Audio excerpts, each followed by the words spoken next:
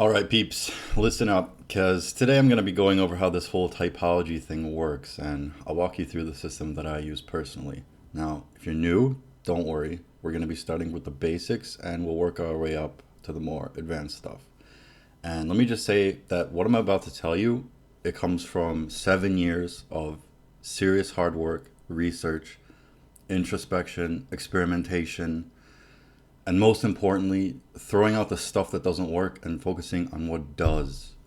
See, the thing is, sometimes unlearning can be more powerful than learning, especially in psychology. But before we begin, let me just say that this isn't for everyone. If you're going to go into this with a scientific mindset, trying to look for proofs and absolutes, it's not going to work.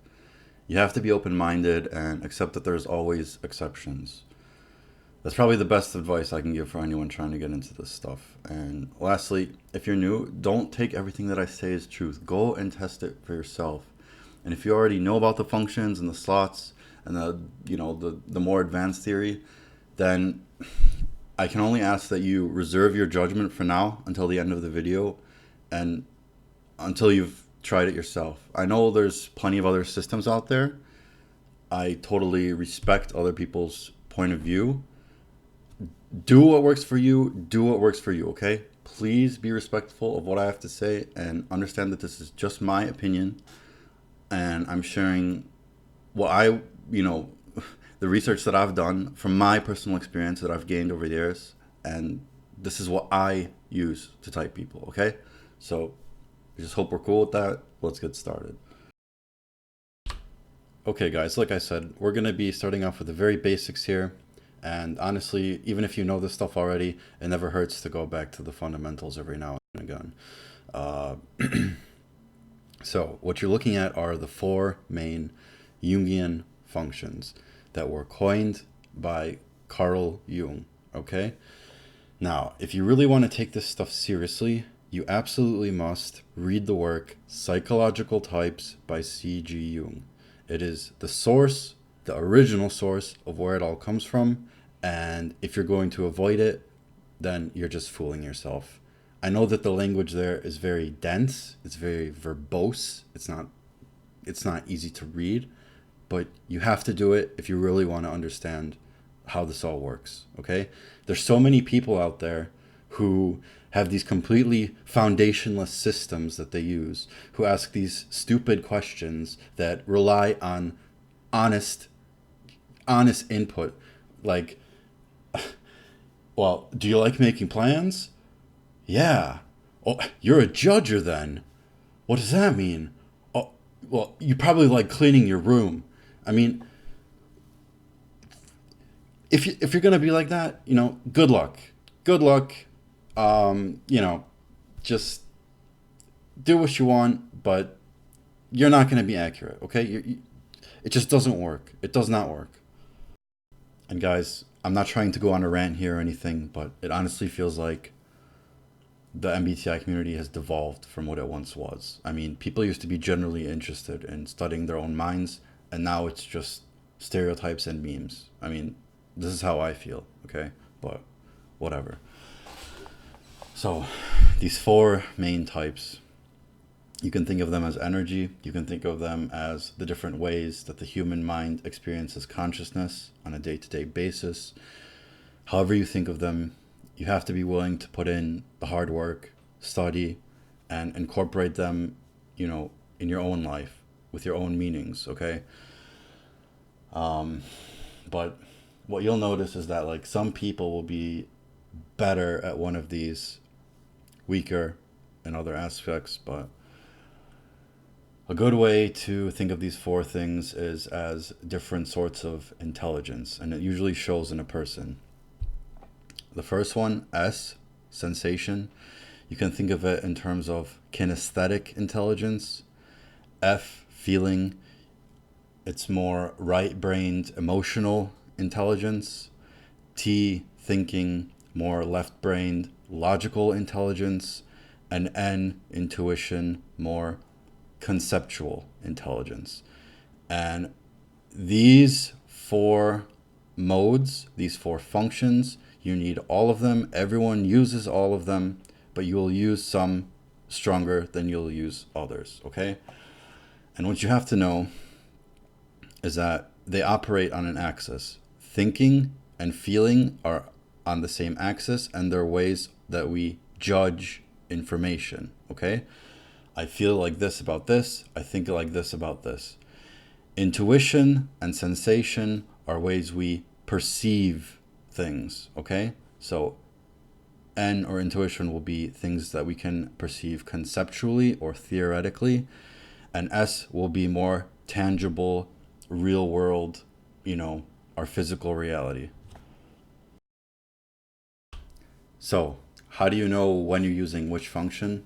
Well, the truth is, you can read as many books as you want, but if you don't introspect and look at yourself and how your own mind works, then you're never going to fully understand it. So I can try to give you an example here.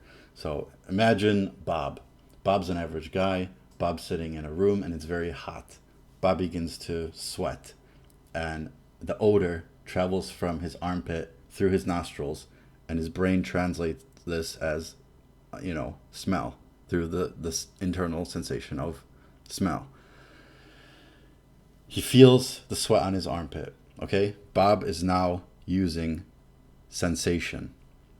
This triggers an emotional response in Bob, and the feeling of disgust swirls around in his body. Bob starts to feel very bad. Bob is now experiencing feeling, okay, an emotion. Now Bob's got a problem that he has to solve because he smells and he feels bad. So in order to solve this problem, Bob comes up with a logical conclusion that since he stinks and he feels bad, he can probably solve this by taking a shower. So Bob heads to the shower. When he's in the shower, 2 minutes in, Bob's mind starts coming up with ideas and drifting away from reality. What came first, the chicken or the egg? Okay, random stuff. Bob is now using intuition. It's a very primitive example, but I think it illustrates the point. Another example is if you ever read a novel that was written in the form of a stream of consciousness style narration, then it's the same idea. You need a good imagination, but you also need to read it word by word in order to experience what the character is doing, feeling, thinking. The point is that you experience these four things in order. No matter how scatterbrained you think you are, okay, it's always in order, always sequentially, linearly, okay? And the more you can calm your mind, the more these functions will make more sense. Okie dokie, moving on. For those of you who don't know, Carl Jung also came up with the terms introvert and extrovert. And I'll get into that in another video, but what you need to know is that these four functions that we just went over, so feeling, thinking, sensing, intuition, are divided into an introverted nature and an extroverted nature, okay? These functions want to go inwards with introspection, and these want to go out, okay? And they're more focused on the objective side of things. So, if you haven't already, please learn the abbreviations. Why? Because it just makes it much more easier on the tongue. I don't want to have to say extroverted intuition every time. I can just say any. All right, so very simple.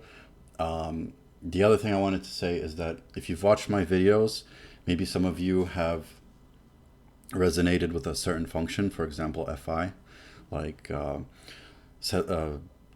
deep emotional feelings, connected with self-identity, authenticity, being genuine. And you might have said like, well, wait a second, I don't have it in my 4 slots. Well, the basic answer is that you will use all 8 of these functions, okay? And we'll get into this in the next slide. Okay, guys, so this is how you should look at your full cognitive stack, okay? I'm using INFJ as an example here, but obviously you're going to want to use your own type and put in the appropriate functions in these slots. So what I recommend is labeling it as I did here. So 1, 2, 3, 4, and then side by side 5, 6, 7, 8. And it's very easy. All you have to do is figure out your stack, and then if this function is introverted, then it'll be extroverted on the opposite side. If this one is extroverted, it'll be introverted.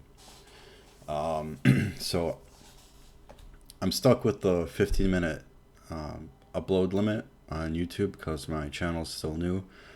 But in the next video, I'm going to be going over the slots.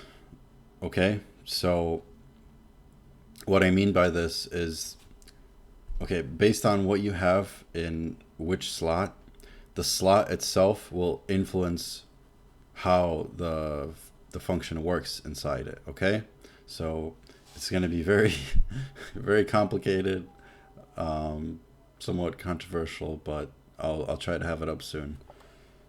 Thanks for watching.